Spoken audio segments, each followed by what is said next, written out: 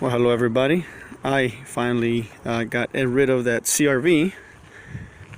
Today is what? March the 18th, I believe it is. So, got rid of that CRV. It stopped raining for a couple of days. Still a little cloudy. Some clouds back there. But CRV is gone. So today what I am going to do is I'm going to finish, I'm sorry, I'll take that back. I'm going to start putting back my 4Runner. And by putting back, I mean by cleaning up what's inside here. So, gotta clean this up to put the heads in. Gotta clean inside those threads there. Gotta clean that surface. And I ordered the timing belt and water pump. I'm gonna replace all of this stuff. So brand new timing and water pump stuff. And this is a 3.4. Just in case I didn't mention that before. So this is what we're gonna do. I'm gonna clean that out. I'm gonna have a leak down there, as it was there, from a pipe that goes across. And I'll show you. Okay, so all this is coolant. I believe that all leaked from this pipe here. And what I'm gonna do is I'm going to remove that pipe, and I'm going to clean up all the surface. And then I'm going to reseal the pipe to get rid of any potential leak down the line. So I will get back to you as soon as I'm done with that. And she's finally underway. So here we are. It's coming along. The surface is looking decent. Here's a spot where I haven't done it yet. You can see all that residual that was left from the old head gasket. And let's see if you can see me scrape it off here.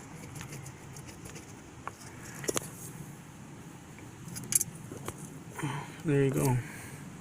Nice big chunk of like aluminum, or I don't know what it is. But anyway, so I still have to go and do it on this section here. Clean all that up. And then have to clean down those holes where the bolts are gonna bolt up to. There has to be no fluid, no water, no coolant, no debris. Has to be clean. Typically some shop air, high pressure air would clean it out.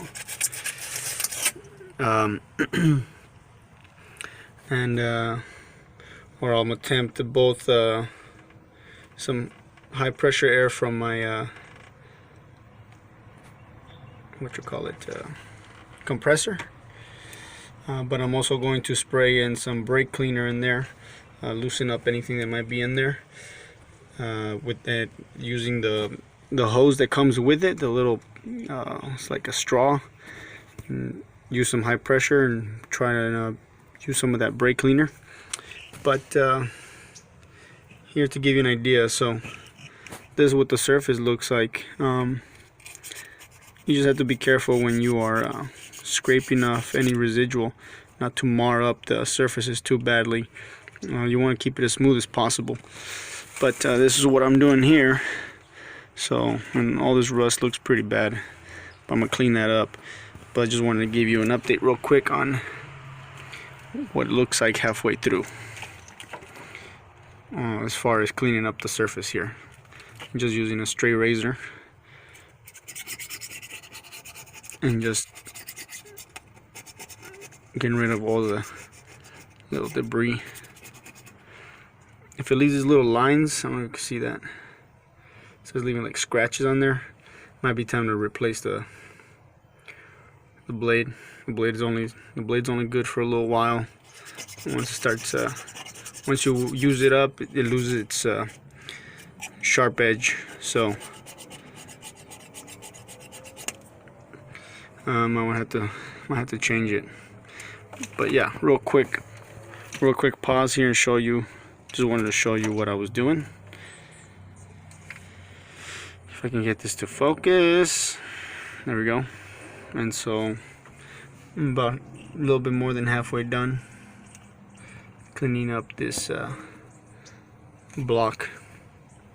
This is a cast iron block, not aluminum, so it's pretty heavy duty. But yeah, once I get this cleaned up and those bolt holes cleared out of any debris and any moisture, I will show you as soon as I put the head on. Alright, so continuing my challenge here, trying to get these cars out of here. However, I accepted another challenge and I added another vehicle, another 4Runner motor swap on this one, 3.4.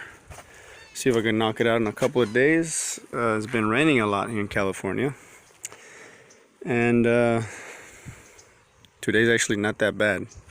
It's a little cool, feels good. Here's my other one. I finally got the surface ready for the head, and I was working yesterday, so I did not continue on that one today. But here is another one that I'm adding to the list. So let's see. Hopefully I knock this one out quick. Got to get it out of here because I need to get these two going and that one going, and my BMW I got back there somewhere. Not that white car though. It's behind the bush there. I can't see it. So we will continue here. So today is the 24th and I am still not done, but this project that came in is almost done. This is the old motor, and in here is empty. See if I can open it up. Ay. Jeez, heavy. It's heavy to do with one hand. Anywho, so I started to strip the other motor to make one good motor. So the other one had oil mixing with coolant, or coolant mixing with oil, whichever way you want to see it. And so I took off all the stuff from the old engine that I had floating around here, and I put this one together. So essentially I used the long block of the one that I had with 50,000 miles on it, and I took all of the stuff from the other one and I made one. So now this one's ready. I have the harness all ready to go. Everything's put together. I have a little friendly spider there, Mr. Spidey. And yeah, so now I gotta do is get it through here somehow. So I'm gonna find a way. I think what I'm gonna do is I'm gonna take my van and I'm gonna haul this guy into this field, maybe, possibly, because I can't move this Ranger. This Ranger has nothing in it. Well, none of them have anything in it. So I don't know what I'm gonna do, but today the goal is to get this motor into that 4Runner back there. So let's see how I'm going to do that. Let's find out. Okay, everybody, here I'm back for my challenge here, and I am hurrying up and trying to do this engine swap on this 4Runner. Now, last time I checked with you guys, I was just starting on this thing, and I have not done anything to it then, but as you can see now, the motor is out. And this is the assembled motor. Now everything is put together in it. I turned 2 motors into one. So this has a long block with the 50k miles on it. I used the same intake manifold. Everything pretty much, all the accessories are from the original motor, except for the long block itself. Even the manifolds are the same from this vehicle. The only thing I did not change is the flywheel, so, or the flex plate here. So we'll see how it goes, but everything else is ready to go. So all I got to do now is install it in the vehicle, and this is very difficult to move by myself, and I had to get the other motor from the other side there, around between here, and I actually went all the way around. I used my big van here to maneuver it. I just had to move the hoist around.